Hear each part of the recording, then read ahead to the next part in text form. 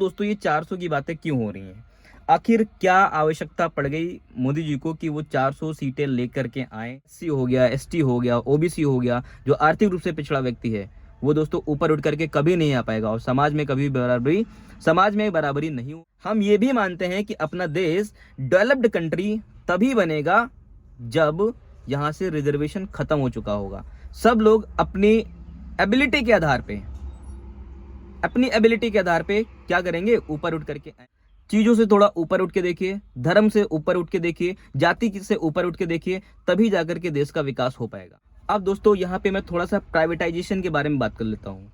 400 सीटें की अगर बात की जा रही है तो इसका मतलब क्या है कि ये संभावित तरीके से कहा जा सकता है कि संविधान में बहुत ज्यादा परिवर्तन देखने को आपको मिल सकता है। थर्ड मेजोरिटी की आवश्यकता होती है। 2/3 मेजोरिटी की आवश्यकता होने का मतलब यह है, यदि आपके पास 370 सीटें हैं रूलिंग पार्टी के पास। दोस्तों पहले तो मैं बात करता हूं कि जो 400 पार का नारा है इसका मीनिंग क्या है। Hello everybody, this is me Altamash Mansoori and you are watching educator Altamash 2.0। दोस्तों अपने देश में लोकसभा का चुनावी माहौल चल रहा है, गर्मी गर्मा मचा हुई है, बहुत सारी पॉलिटिशियन पार्टी बहुत कुछ क्लेम कर रही हैं। जैसे कि अपोजिशन पार्टीज कहती हैं कि अब संविधान बदल देंगे, मोदी जी आएंगे तो संविधान बदल देंगे। वहीं दोस्तों कुछ प्लेटफॉर्म से, कुछ मंच से बीजेपी लीडर्स के थ्रू ये बात बोली जाती है कि अब तो संविधान बदलने की बारी है। दोस्तों उसी पॉइंट को पकड़ करके अपोजिशन पार्टीज क्या करती हैं, इस बात को बोले जा रही हैं। पहली बात तो ये हो गई। दूसरी बात, इस बार बीजेपी ने अपना एक एजेंडा दिया हुआ है, उन्होंने कर रखा है कि इस बार 400 पार। ठीक है, तो दोस्तों ये सारे वर्ड बहुत सुनने में छोटे लग रहे हैं, या फिर एक कह सकते हैं कि जुमला लग रहा होगा, या फिर कह सकते हो कि एक स्लोगन लग रहा होगा या एक नारा लग रहा होगा। ठीक है, बट इन सभी वर्ड में छोटे छोटे वर्ड हैं, इनका बहुत डीप मीनिंग है। आप इनको डिकोड करने की कोशिश जरूर कीजिएगा, इन छोटी छोटी बातों को पकड़ने की कोशिश कीजिएगा, क्योंकि बहुत छोटी छोटी टर्मिनोलॉजीज होती हैं, उनका मीनिंग बहुत ज़्यादा होता है। दोस्तों एक एक पहलू पर मैं बात करूंगा, जैसे लीडर्स के थ्रू बोला जा रहा है और हम लोग उन सब चीज़ों को किस वे पे ले रहे हैं, इन सबको समझने की आवश्यकता है। सो दोस्तों यहाँ पर चीज़ों को थोड़ा समझने की आवश्यकता है, ज़रूरत है। आज मैं इन सब चीज़ों पे बात करने वाला हूँ, एक एक चीज़ों पे बात करूँगा। यहाँ मैं कुछ संविधान से जुड़ी हुई चीज़ों का भी बखान करूँगा, उनका उल्लेख करूँगा, या फिर जो चीज़ें बोली जाती हैं उनकी वरीयता कितनी है, वो कितना वैलिड है, वो तथ्य जो बोला गया है, उन सभी चीज़ों के ऊपर मैं आज आराम से बात करूँगा। तो दोस्तों पहले तो मैं बात करता हूँ कि जो 400 पार का नारा है इसका मीनिंग क्या है। दोस्तों जैसे कि हमारे संविधान में लोकसभा में 552 सीटों का उल्लेख किया गया है, लेकिन वर्तमान में यहाँ पे 543 सीटें हैं। ठीक है, 543 सीटें हैं। अगर उनका एलोकेशन देखिया जाए कि 543 सीटें हैं, अगर उन 543 सीटों में देखा जाए तो मेजोरिटी की गवर्नमेंट बनाने के लिए, एक बहुमत की सरकार बनाने के लिए, ठीक है, किसी भी पार्टी को 270 से 72 सीटों की आवश्यकता होती है। अगर किसी भी पार्टी के पास 272 से 275 या फिर 270 का आंकड़ा आ जाता है तो वो बहुमत की सरकार बनाने में सक्षम होती है। ठीक है, तो दोस्तों यहाँ पर बात ये है, अगर बीजेपी को 572 में मेजोरिटी की गवर्नमेंट बना लेने में कोई दिक्कत नहीं है, तो दोस्तों ये 400 की बातें क्यों हो रही हैं?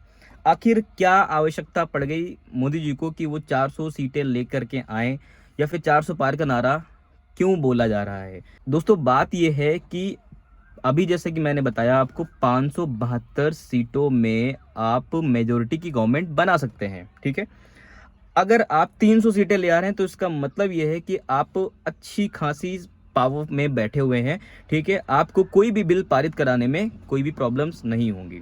ठीक है, अच्छा, किसी भी सरकार को मेजोरिटी की ज़रूरत क्यों पड़ती है दोस्तों, इसको भी थोड़ा समझने की कोशिश करते हैं। जब भी कोई भी बिल पारित होता है, ठीक है, कोई भी अगर अधिनियम बनना है, कोई नियम बनना है, तो सबसे पहले बिल पारित होता है, चाहे वो लोकसभा में पारित हो या फिर राज्यसभा में पारित हो। अधिकतर बिल जो होते हैं वो सरकार लेकर के आती है तो लोकसभा में पारित होते हैं। लोकसभा में पारित होने के बाद उसको राज्यसभा में पारित होना होता है। राज्यसभा से अप्रूवल मिलने के बाद उसमें राष्ट्रपति के हस्ताक्षर चाहिए होते हैं। तो दोस्तों अगर हमारे पास मेजोरिटी में सीटें होंगी तो हमें अपने बिल को पास कराने में किसी भी विरोध का सामना ज़्यादा नहीं करना पड़ेगा, क्योंकि सारे लोग अपने हैं और उनको अपने पार्टी को समर्थन देना ही होता है। ऐसा भी कॉन्स्टिट्यूशन में प्रोविज़न है कि कोई भी कैंडिडेट है या फिर कोई भी एमपी है वो अगेंस्ट पार्टी के अगेंस्ट जाकर के वोट नहीं कर सकता है, उसको उनके समर्थन में ही वोट करना होता है as the member of parliament. तो दोस्तों यहाँ पे 272 में मेजोरिटी में कोई भी बिल पारित हो सकता है। 300 जब सीटें हो जाती हैं तो बहुत ही अच्छा होता है कि आप बहुत अच्छे इसमें बैठे हुए हैं। लेकिन अब बात आ जाती है 400 की। 400 की आवश्यकता क्यों पड़ गई, मोदी जी ऐसा क्यों बोल रहे हैं 400? दोस्तों बात कर लेते हैं अपने संविधान के बारे में। हमें पता है कि अपने संविधान में भाग 20 में आर्टिकल अनुच्छेद संख्या 368 के माध्यम से संविधान में संशोधन किया जा सकता है। अब अगर बात कर लें कि किस प्रकार के संशोधन हो सकते हैं, ठीक है, तो यहाँ पे 2 टाइप की कैटेगरी आती है। एक होता है नम्यता और एक होता है अनम्यता। कहा जाता है कि हमारा संविधान क्या है, फ्लेक्सिबल भी है। हमारा संविधान संशोधन करने की जो प्रक्रिया है वो क्या है, फ्लेक्सिबल भी है, और समटाइम्स ये क्या हो जाती है, बहुत रिजिड हो जाती है, बहुत ज़्यादा अहम हो जाती है। ठीक है, तो ये नम्यता और अनम्यता का कॉन्सेप्ट है, रिजिड भी है और नॉर्मल भी है, कह सकते हैं कि दोनों का मिला जुला रूप है, ऐसा समझा जा सकता है। फिर अब बात कर लेते हैं कि बहुत सारे ऐसे डिसीजन होते हैं जो कि कॉन्स्टिट्यूशन में चेंज करने के लिए आवश्यकता होती है। तो दोस्तों उसमें से 2/3 मेजोरिटी की आवश्यकता होती है। 2/3 मेजोरिटी की आवश्यकता होने का मतलब यह है, यदि आपके पास 370 सीटें हैं रूलिंग पार्टी के पास, तो जैसे कि मैंने अभी आपको बताया कि अगर जब संविधान में कोई अहम संशोधन करना होता है तो एक टफ प्रोसेस से होकर के गुजरना पड़ता है। तो इसका मतलब क्या है कि आपको स्पेशल मेजोरिटी की आवश्यकता है, तभी जाकर के आप संविधान में एक महत्वपूर्ण संशोधन कर सकते हैं। दोस्तों जैसे कि किसी भी राज्य का नाम में परिवर्तन करना हो, या फिर राज्य की सीमाओं में परिवर्तन करना हो, या फिर राज्य के नामों में बदलना हो, या फिर उनकी सीमाओं को जोड़ करके 2 राज्यों को एक बनाना हो, या एक राज्य को तोड़ करके 2 बनाना हो, तो उनमें स्पेशल मेजोरिटी की आवश्यकता नहीं होती है, मतलब साधारण बहुमत से वो बिल पारित हो जाता है। लेकिन जब संविधान में महत्वपूर्ण संशोधन करने होते हैं तभी जाकर के 370 मतलब 2/3 मेजोरिटी की आवश्यकता होती है। अब दोस्तों यहां से आप एक आइडिया लगा सकते हैं, यदि 400 सीटें की अगर बात की जा रही है तो इसका मतलब क्या है कि ये संभावित तरीके से कहा जा सकता है कि संविधान में बहुत ज्यादा परिवर्तन देखने को आपको मिल सकता है। मैं फैक्ट के ऊपर बात कर रहा हूं, मैं कोई हवा में तीर नहीं चला रहा हूं। यहाँ पे चीजें समझनी चाहिए आपको, आप सबको भी समझना चाहिए। लोग वोटिंग कैसे कर सकते हैं, लोग वोटिंग कैसे करते हैं, लोगों को कुछ नहीं पता है, लोगों को छोटी छोटी चीज़ों के बारे में नहीं पता है, लोग अपने अधिकारों को नहीं जानते हैं, लोग अपने चीज़ों के बारे में नहीं जानते हैं। अवेयरनेस की बहुत ज़्यादा कमी है, हमारे देश की जनता कह सकते हैं बहुत भोली भाली है। यहाँ पे किसी भी चीज़ को जाति के आधार पे, धर्म के आधार पे, या फिर किसी व्यक्ति के आधार पे नहीं देखने की आवश्यकता है। यहाँ पे हमारा देश कैसे ग्रो करेगा, हम कैसे एक डेवलपिंग कंट्री से डेवलप्ड कंट्री बनेंगे, यहाँ पे इन चीज़ों को समझने की आवश्यकता है। सो दोस्तों जैसे यहाँ पे मैंने अभी बताया आपको कि स्पेशल मेजोरिटी की आवश्यकता है यहाँ। अब दोस्तों मैं यहाँ पे थोड़ा रिजर्वेशन के बारे में बात कर लेता हूँ। ठीक है, बहुत सारी वीडियोस में आपने देखा होगा कि मोदी जी ये कहते हुए नजर आ रहे हैं कि हम लोग आरक्षण को खत्म कर देंगे, रिजर्वेशन को खत्म कर देंगे, और बहुत सारी वीडियोस में वो कहते हैं कि हम रिजर्वेशन को खत्म होने नहीं देंगे। ठीक है, अच्छा रिजर्वेशन आप ना खत्म करें, आप अपने शब्दों में बोल रहे हैं कि हम रिजर्वेशन को खत्म होने नहीं देंगे। चलिए ठीक है, आपकी बात को मान लिया गया कि आप रिजर्वेशन को खत्म होने नहीं देंगे, लेकिन ये जो आपका प्राइवेटाइजेशन वाला जो मामला है, लेकिन दोस्तों ये जो प्राइवेटाइजेशन वाला सिस्टम है कि चीज़ों को थोड़ा प्राइवेटाइजेशन किया, जैसे रेलवे प्राइवेटाइजेशन किया जा रहा है, ठीक है, जैसे कि बहुत सारे एयरपोर्ट, ठीक है, जैसे कि मुंबई का एयरपोर्ट प्राइवेट कर दिया गया, अडानी ग्रुप को चला गया ये। अब दोस्तों उन्होंने क्या कर दिया, इसका प्राइवेटाइजेशन कर दिया। अब दोस्तों इसमें जो एम्प्लॉय आएंगे, अब उसके अंदर जो एम्प्लॉय आएंगे दोस्तों, क्या वो company SC ST OBC economically weaker section in सभी के आधार पे लोगों का अपॉइंटमेंट कर रही है क्या? इस आधार पे लोगों को जॉब दे रही है क्या? नहीं।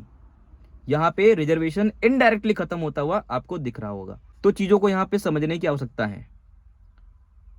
ये बहुत ही लॉजिकल चीजें हैं, वही बता रहा हूँ ना कि शब्दों का खेल है सारा। शब्द आपको बोल दिए जाते हैं, आप समझते हैं कि अरे वाह ऐसा कुछ नहीं होगा, लेकिन दोस्तों इनडायरेक्टली वो चीजें हो जाती हैं और आप उन चीजों को समझ नहीं पाते हैं। कहने का मतलब यही है कि हमारे देश की जो जनता है बहुत भोली भाली है। जिस वे पे आप मोड़ देंगे, जैसा फ्लो चला देंगे, उस फ्लो में वो लोग बहने लग जाएंगे। चीज़ों से थोड़ा ऊपर उठ के देखिए, धर्म से ऊपर उठ के देखिए, जाति से ऊपर उठ के देखिए, तभी जाकर के देश का विकास हो पाएगा। हम ये नहीं कहते हैं कि कांग्रेस सही है, हम ये नहीं कहते हैं कि बीजेपी सही है, हम न्यूट्रल होकर के यहाँ पे बात करने की कोशिश कर रहे हैं। हम यहाँ पे मुद्दों के बारे में बात करने की कोशिश कर रहा हूँ कि दोस्तों अगर ये वर्ड्स बोले जा रहे हैं तो ये वर्ड्स कहाँ क्लिक कर रहे हैं, इनका मतलब क्या है और इनके पीछे की स्टोरी क्या है, इनको आप भी थोड़ा समझने की कोशिश कीजिए। आप खुद ही बताइए, अगर आप प्राइवेट जॉब में जाते हैं तो क्या आपको वहां पे सीटों का रिजर्वेशन होता है क्या? नहीं होता है ना। तो वही चीज है ना कि प्राइवेटाइजेशन से दोस्तों हो क्या रहा है, प्राइवेटाइजेशन से लोगों को जॉब नहीं मिलेंगी, जो नीचे तबके के लोग होंगे उनको रिजर्वेशन नहीं मिलेगा। अब कह देंगे, अब बहुत सारे लोग यहाँ पे बोल देंगे कि रिजर्वेशन नहीं होना चाहिए। ठीक है दोस्तों, रिजर्वेशन नहीं होना चाहिए, लेकिन दोस्तों मैं उन लोगों की बात करूंगा जो लोग इकोनॉमिकली आर्थिक रूप से पिछड़े हुए हैं, आर्थिक रूप से दबे हुए हैं, वो ऊपर उठ करके नहीं आ पा रहे हैं, तो उनको आवश्यकता है, उनको ऊपर लाने के लिए, उनको मुख्य धारा में लाने के लिए, उनको मेन स्ट्रीम में लाने के लिए रिजर्वेशन की आवश्यकता है। हम ये भी मानते हैं कि अपना देश डेवलप्ड कंट्री तभी बनेगा जब यहां से रिजर्वेशन खत्म हो चुका होगा। सब लोग अपनी एबिलिटी के आधार पे, अपनी एबिलिटी के आधार पे क्या करेंगे, ऊपर उठ करके आएंगे। लेकिन यहाँ पे ये चीज समझने की आवश्यकता है, क्या अभी अपना देश उस कंडीशन में आ चुका है? हाँ, धीरे धीरे आ रहा है, आ जाएगा। रिजर्वेशन खत्म होना चाहिए, आई सपोर्ट, लेकिन अभी वो टाइम नहीं आया है, अभी आवश्यकता है। समाजवाद का जो कॉन्सेप्ट है, मार्क्सिज्म जो जिसको बोलता है, समाजवाद का जो कॉन्सेप्ट है जिसको कार्ल मार्क्स ने प्रतिपादित किया है, वो क्या कहता है? समाजवाद के कॉन्सेप्ट को अप्लाई करने के लिए ये चीजें लगाई गई हैं, रिजर्वेशन आया है। जो एससी हो गया, एसटी हो गया, ओबीसी हो गया, जो आर्थिक रूप से पिछड़ा व्यक्ति है, वो दोस्तों ऊपर उठ करके कभी नहीं आ पाएगा और समाज में कभी बराबरी नहीं हो पाएगी। और यदि समाज में बराबरी नहीं हो पाएगी तो दोस्तों आर्टिकल नंबर जो 14 है, जो कि मौलिक अधिकार है दोस्तों, वो भी असफल हो जाएगा। दोस्तों आर्टिकल नंबर 15 जो है दोस्तों, आर्टिकल नंबर 15 फंडामेंटल राइट्स का दोस्तों, वो भी सफल नहीं हो पाएगा। तो यहाँ पे इन्हीं सब चीज़ों को रेक्टिफाई करने के लिए दोस्तों यहाँ पे रिजर्वेशन अप्लाई किया गया है। तो रिजर्वेशन अभी देश की आवश्यकता है दोस्तों, रिजर्वेशन की दोस्तों अभी देश को आवश्यकता है। सरकारी नौकरियों में भी आवश्यकता है और अच्छे अच्छे स्कूलों में दाखिला लेने में भी आवश्यकता है, क्योंकि अभी भी बहुत सारा, अभी भी जो समाज है वो पिछड़ा हुआ है। अभी भी आप जाएंगे तो आप देखेंगे लोग आर्थिक रूप से, शैक्षणिक रूप से पिछड़े हुए हैं। उनको आर्थिक रूप से और शैक्षणिक रूप से मजबूत करने के लिए दोस्तों रिजर्वेशन की आवश्यकता अभी भी देश को है, और ये इनडायरेक्टली खत्म हो रहा है। बता के खत्म किया जाएगा तो आप आंदोलन करने उतर जाएंगे। तो दोस्तों इस वजह से चीजें रेक्टिफाई की जा रही हैं, धीरे धीरे एलिमिनेट की जा रही हैं, आपको एहसास नहीं हो रहा है। तो दोस्तों ये विषय आपका है, आपको थोड़ा समझने की आवश्यकता है।